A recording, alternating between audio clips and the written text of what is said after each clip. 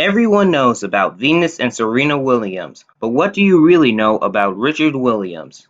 You're watching The Black Homeschool Guy. My name is Mr. Spark, and today I'll be telling you about all kinds of African heroes and legends from history, and how they impacted us as Africans and the rest of the world.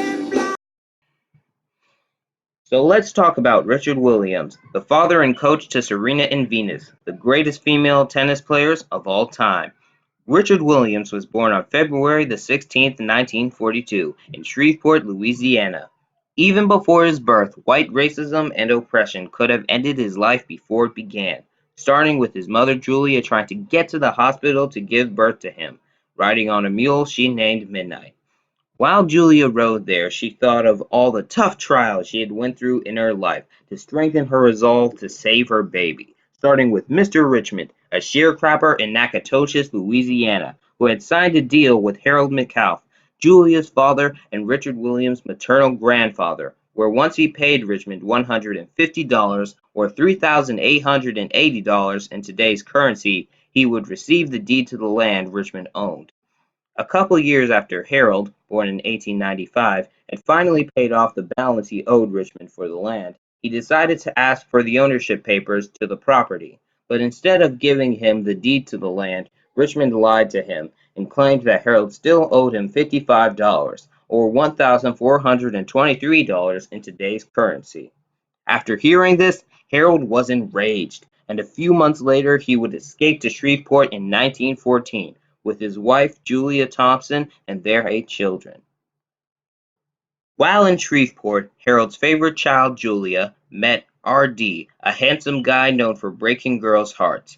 Despite her grandmother's warnings, she began a brief relationship with R.D. and got pregnant, which brought shame on her and her family, who ostracized her. But even while pregnant, she still had to pick cotton in the fields to make money. Soon she had to go to the hospital by herself in 1942, at age 19 while in labor and going through contractions on her mule Midnight. But while on the way to the nearest black hospital, Midnight's leg slipped in the mud and broke in a ditch, and she had to leave him behind. And while walking on the road, still going through contractions and incredible pain, she was passed consistently by white people in cars. But even though she was in horrible pain, she stayed strong and determined not to let her baby die inside her, and managed to get to the hospital with the help of a friend named Mr. Leroy, who helped get her in his car and at the hospital where she gave birth to Richard Williams. Richard Williams was taught by his mother Julia his ABCs, how to read and write, and how to count before he was 5. When he was 6, he went to a school called Little Hope, which he thought was a very good description of the school, where he started first grade because at the time they didn't have kindergarten.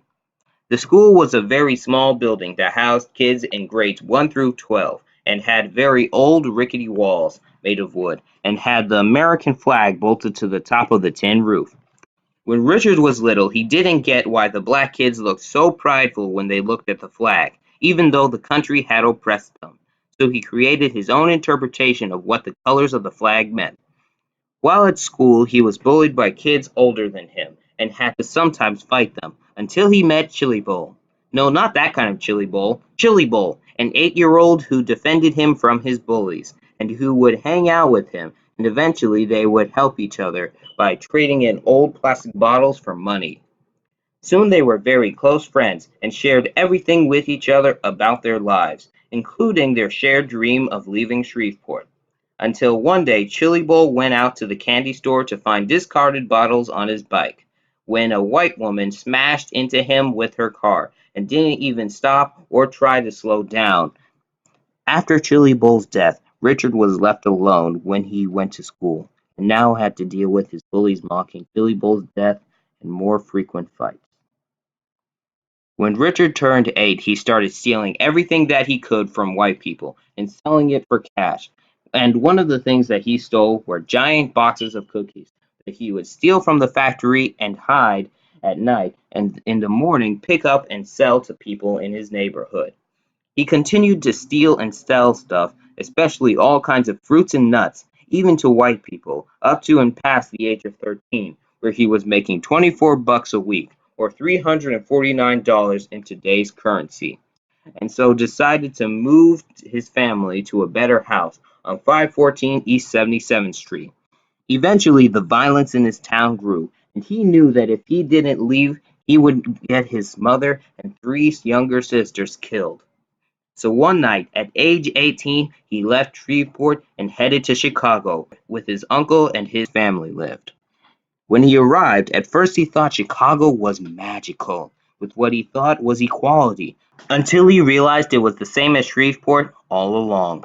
Like, share, and subscribe to find out what happened to Richard when he arrived in Chicago. And comment down below what you think of Richard's journey so far.